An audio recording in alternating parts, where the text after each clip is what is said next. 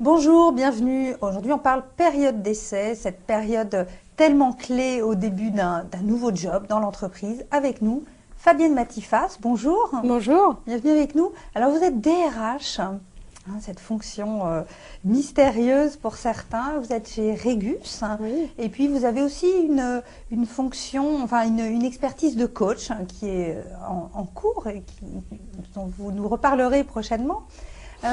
La période d'essai pour vous, dans l'entreprise en tant que DRH, qu'est-ce que c'est au fond? La période d'essai pour moi, c'est une opportunité qui est donnée aux deux protagonistes du contrat, l'employeur et l'employé, de partager et d'échanger un certain nombre de critères et de chances sur trois domaines essentiels pour moi qui sont le savoir, le savoir-faire et le savoir-être. Et j'insiste sur échange parce que c'est une opportunité réciproque qui est donnée et à l'employé et à l'employeur de valider et de voir un petit peu si le contrat est conforme aux attentes. Et puis bien entendu, suite à la période d'essai, c'est aussi une prise de décision pour les deux parties également, d'acter la période d'embauche ou pas. Absolument, voilà. Définitive. Oui, Est-ce que c'est une période qui est quelquefois relativement longue, parce que c'est quelquefois 3 mois, c'est quelquefois renouvelé. Absolument, en fonction du statut, cadre, non cadre, technicien, agent, bien entendu. C'est déjà une vraie tranche de vie professionnelle en soi. Absolument, absolument. C'est les premiers pas dans une entreprise. Alors Fabienne, c'est intéressant votre approche savoir, savoir-être, savoir-faire. Vous nous dites comment ça se vit, ça?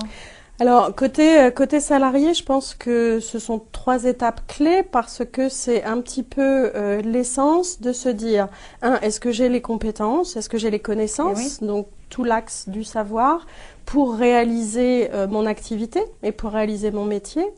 2, est-ce que j'ai l'attitude comportementale, en fait, par rapport aux attentes de savoir-être. Exactement, de mon employeur, de mes collègues, des organisations et de la culture d'entreprise.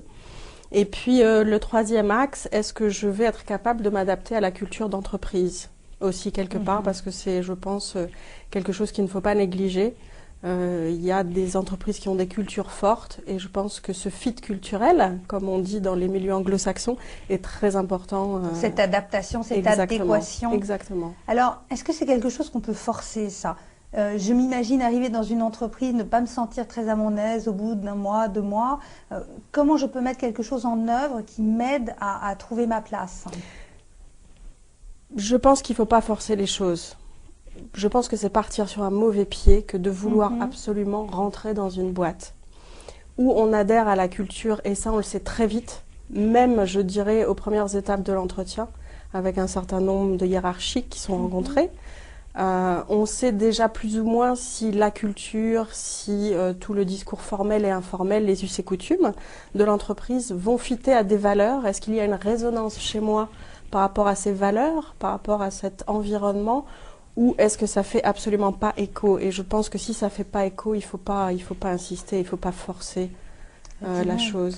Il est cependant nécessaire pendant cette période d'essai de prendre des décisions. On est dans une période où on est encore seulement en train d'essayer et puis déjà très vite, surtout pour certains postes à forte responsabilité, il faut prendre des décisions.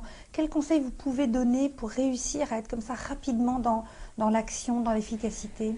Moi, je pense qu'il faut entre guillemets jouer profil bas. Il ne faut pas arriver discrétion. Avec exactement, oui. Il ne faut pas arriver en voulant révolutionner tout ce qui se passe dans l'entreprise. Je pense qu'il faut avoir fait le deuil aussi de son activité passée, de l'entreprise dans laquelle on était, de façon à être le plus ouvert et le plus bienveillant possible, de façon à pouvoir vraiment recevoir et enregistrer tout ce qui se passe dans cette nouvelle entreprise, dans cette nouvelle culture, avec les nouveaux collaborateurs, et puis vraiment écouter et regarder ce qui se passe. Quand on arrive dans une entreprise, je pense que le mot-clé, c'est l'écoute.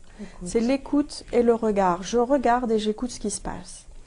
Et puis, j'essaye de mettre en adéquation mon activité par rapport à cette nouvelle culture, par rapport à ce nouveau fonctionnement de cette entreprise. Et je suis naturelle. J'ai envie de dire une chose, c'est exactement, il faut être soi-même. On a un bagage de compétences, de comportements, une fois encore de savoir-faire, de savoir-être, Il faut venir avec ce bagage, il faut être tranquille, il faut être confiant. Je veux dire, si on a passé cette étape, c'est que quelque part, il y a eu des points de validés. Oui, mais la question que je me pose, c'est est-ce qu'on a toujours les moyens d'être soi-même? Pour certains, c'est pas si évident que ça.